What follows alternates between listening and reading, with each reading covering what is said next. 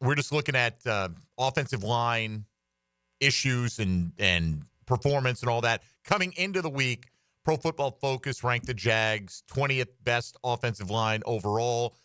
They went out. They didn't allow a sack this week, so seemed like a pretty good performance. Just what did you make of their play? They'll climb a little bit. Yeah, they'll climb. Week? I thought they played well. They're kind of a middle-of-the-pack offensive line, right? Has the offensive line been – I'm not saying at times it hasn't been an issue, right? Short yardage. And there's certainly – I mean, but I don't feel like it's been a glaring issue that you circle and go, man, if we just had this a little bit better, everything would be – fixed. Yeah, but that's not the case for me. I think the offensive line has been playing good enough to win. This past game, I was very impressed.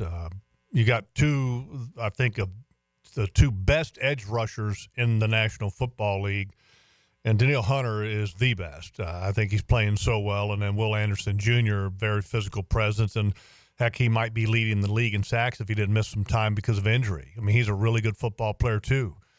I think that was the best game that the Jaguars offensive tackles have played in a couple years. For real. I mean, it was outstanding. I thought that both Walker Little and Anton Harrison played really well. Really well.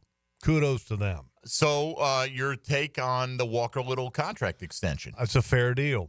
And I think a lot of people are getting upset at it for reasons that have nothing to do with Walker Little and the contract. It's who gave him the contract. People are wanting change, and they want to see change everywhere, and I get that. But I think from a market standpoint, and also that Trent said in the past, you don't negotiate in the season. Well, I don't think you ever say that, number one, because you always are willing to negotiate, especially when you can get a great deal. And I think I don't want to say this is a great deal. I think it's a fair deal. He got a middle of the road contract for a guy who hasn't started a ton of games and still has a long way to go to prove himself as a starting caliber tackle in this league, but he's shown signs that he is a starting caliber tackle in this league. I can tell you this, Tennessee take him in a minute, okay? Houston would take him in a minute for right tackle. Indianapolis would take him as well, so I think he's a good player, solid player. I love the way he finishes. He does a really good job of finishing in the run game. I still think he's got to get better in the pass game with his hands and feet kind of working together. But he's still a young player that doesn't have a lot of miles on him. And I think he's going to get better the more that he plays. I mean, if you think about how much football he's played in the last 4 or 5 years because of the whole COVID thing and at college and then not being a starter and wasn't able to beat out Cam, wasn't able to beat out Juwan,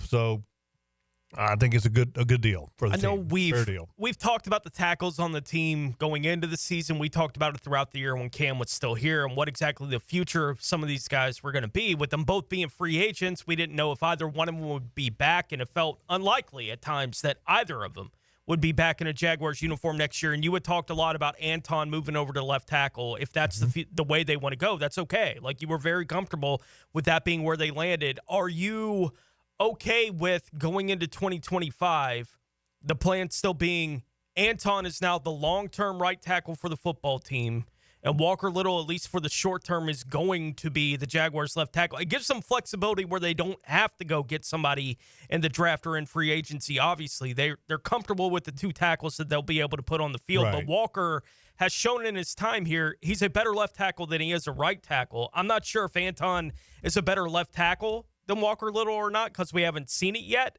But I would imagine he's a way better right tackle than Walker Little is at this point in his career. Yes, and I think that's going to be interesting. And I still am of the belief that I think players, get when they gain a little TOT, which is time on task, they can get better at flipping sides. So I don't know where the best answer is as far as which one ends up on which side in the future. But sure. I think both of them have the ability to play either side. Walker's only played, for the most part, the left side. I mean, for the majority of his snaps. Anton, for the majority of his snaps in college, was at the left side as well. The one thing that I will say is that I was just very glad to see Anton Harrison raise the level of his play, because I don't think he's had a great year. And I think it's been a disappointing year for him, because last year he was a young player that had a shoulder injury, but we thought he had an amazing year and thought he would take a big step up. And I don't think he did in a lot of areas.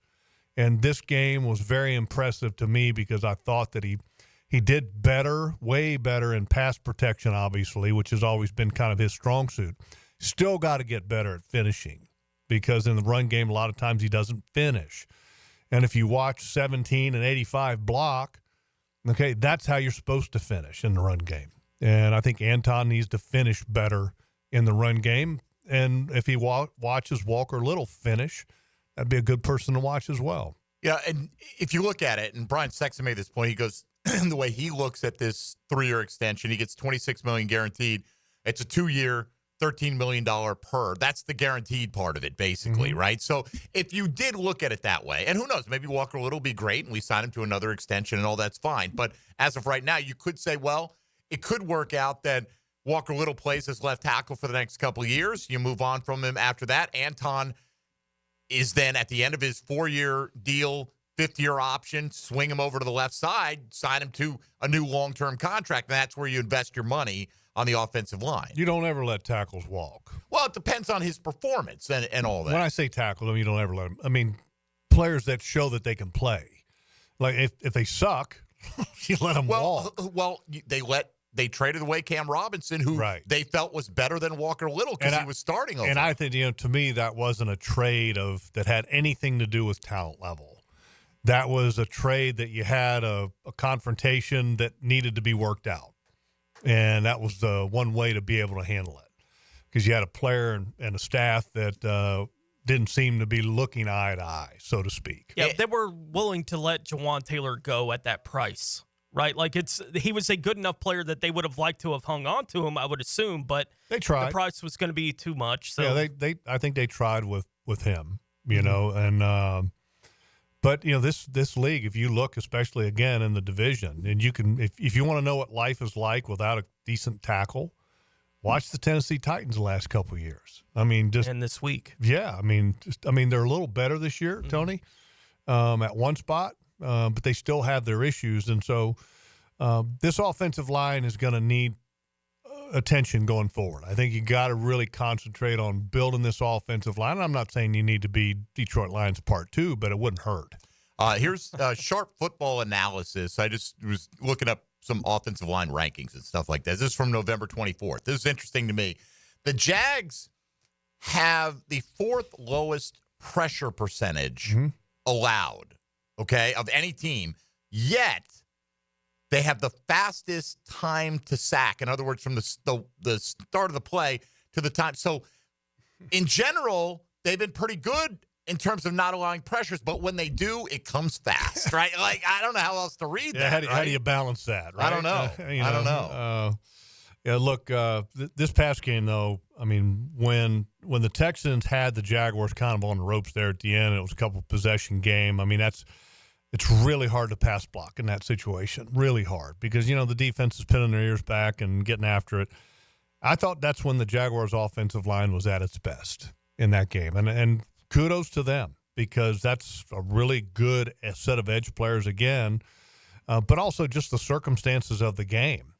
And I also give some credit to Press Taylor in the design of the game plan that game because it wasn't very often that they didn't have somebody sitting in the neighborhood lurking to let 51 and 99 know that, hey, look, there's a guy right there that might take a bite of my ribs before I end up getting all the way up the field. And that's what you got to do. And in the past, they haven't done that at times, which has been surprising. And I thought they did a really good job of that in this game.